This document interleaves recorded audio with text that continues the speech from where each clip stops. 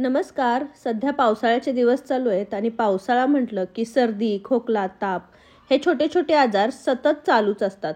मग अशा दिवसांमध्ये शरीरातली जी रोगप्रतिकार शक्ती असते तीही कमी होते. मग ही रोगप्रतिकार शक्ती शरीरातली वाढवायची कशी? तर त्यासाठीच आज मी एक उपाय केलेला आहे. आज आपण मस्त गाईच्या दुधाच्या चिकापासून अगदी पारंपरिक पद्धतीने गूळ घालून खरवस कसा बनवायचा ते पाहणार आहोत. खरवसामध्ये भरपूर प्रमाणात कॅल्शियम, प्रोटीन आणि विटॅमिन्स असतात. त्यामुळे आपल्या शरीरातली हाडे मजबूत होतात, शरीरात रोगप्रतिकार शक्ती वाढते आणि जे काही रोग आजार असतील त्याच्याशी लढण्याची ताकद मिळते.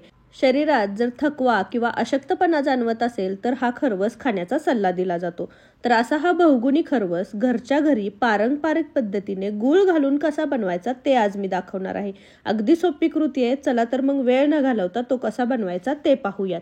आता यासाठी मी साहित्य सांगते. तर इथे मी एक फुलपात्र भरून गाईच्या दुधाचा जो चीक आहे तो घेतलेला आहे.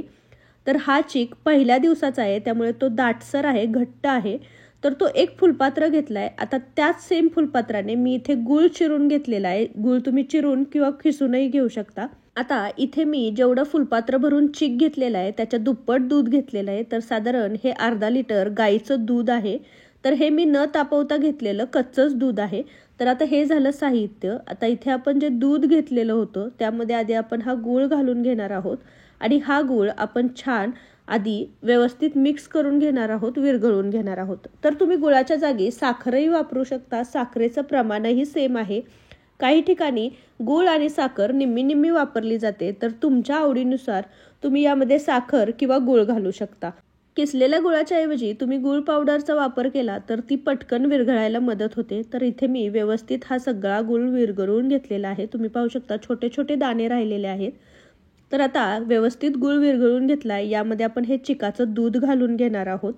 तर हे भरपूर घट्टसर होतं, त्यामुळे आपण दुधाचा वापर जास्त केलेला आहे. हे व्यवस्थित मिक्स करून घेतलं. आता चवीसाठी मी यामध्ये वेलचीची पूड घालणार आहे. तुम्हाला हवं असेल तर तुम्ही थोडंसं जायफळही खिसून घालू शकता. मी साधारण इथे 1 चमचा वेलची पूड घातलेली आहे. वेलची पूड घातल्यानंतर व्यवस्थित आपण हे सगळं मिसळून घेणार आहोत. आता इथे मी एक केकचं टीन घेतलेलं आहे. याऐवजी तुम्ही कुकरचा डब्बा असतो तो घेतला तरीही चालेल. तर आता यामध्ये आपण हे सगळं मिक्सचर जे मिक्स करून घेतलेलं होतं ते घालणार आहोत. वरून मी थोडंसं गार्निशिंगसाठी केसर वापरलेलं आहे. याने खूप सुंदर असा कलर येतो. तर आता हा खरवस आपण एका मोठ्या पातेल्यामध्ये उकडून घेणार आहोत. तुम्ही याऐवजी कुकरचाही वापर करू शकता. तर पातेल्यामध्ये मी साधारण 2 ग्लास पाणी घेतलंय, एक स्टँड ठेवलं आणि त्यामध्ये हा खरवसाचं भांडं ठेवलं. आता यावरती आपण झाकण ठेवणार आहोत, जेणेकरून याला वाफ बसल्यानंतर त्यामध्ये ते पाणी सांडू नये. वरून झाकण ठेवून लो गॅसवरती आपण हे 15 ते 20 मिनिटं छान उकडून घेणार आहोत, शिजवून घेणार आहोत. आता तुम्ही जर कुकरमध्ये हा शिजवून घेत असाल तर सेम प्रोसेस करायची. कुकरची रिंग ठेवायची, पण त्याला शिट्टी ठेवायची नाही आणि 15 ते 20 मिनिटं हा उकडून घ्यायचा. तर आता 15 ते 20 मिनिटं झालेत. आपण गॅस बंद करणार आहोत आणि झाकण काढून बघणार आहोत की हा शिजलाय का. याची एक वाफ जाऊन द्यायची आणि मग चाकूच्या किंवा टूथपिकच्या साह्याने तुम्ही याला टोचून बघू शकता. अगदी चाकू क्लिअर निघालेला आहे. तर आपला खरवस व्यवस्थित शिजला गेलेला आहे. तर आता झाकण ठेवून हा पूर्ण थंड करून घेणार आहोत. खरवस पूर्ण थंड झाला की मगच खायचा असतो. तर हा व्यवस्थित थंड झालाय. तुम्ही पाहू शकता चाकूच्या साह्याने मी कट करते तर किती स्मूथली याचे कट्स पडतायत. याला छान आपण तुम्हाला हव्यात त्या आकारात वड्या पाडून घेणार आहोत. तर मी इथे छोट्या छोट्या आकारात वड्या पाडून घेतलेल्या आहेत, कट करून घेतलेत. तर सुंदर मऊ लुसलुशीत असा जाळीदार आपला हा खरवस छान तयार झालेला आहे.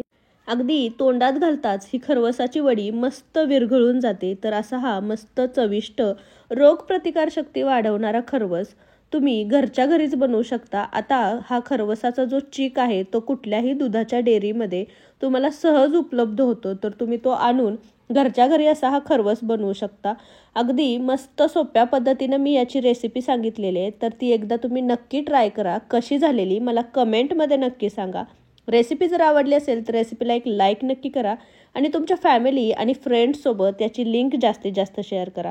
तुम्ही जर माझ्या चॅनलवर नवीन असाल तर चॅनलला नक्की सबस्क्राईब करा आणि जवळचे बेल आयकॉनही दाबा. त्याने माझ्या चॅनलवरच्या नवीन नवीन रेसिपींचे नोटिफिकेशन तुम्हाला मिळत राहतील.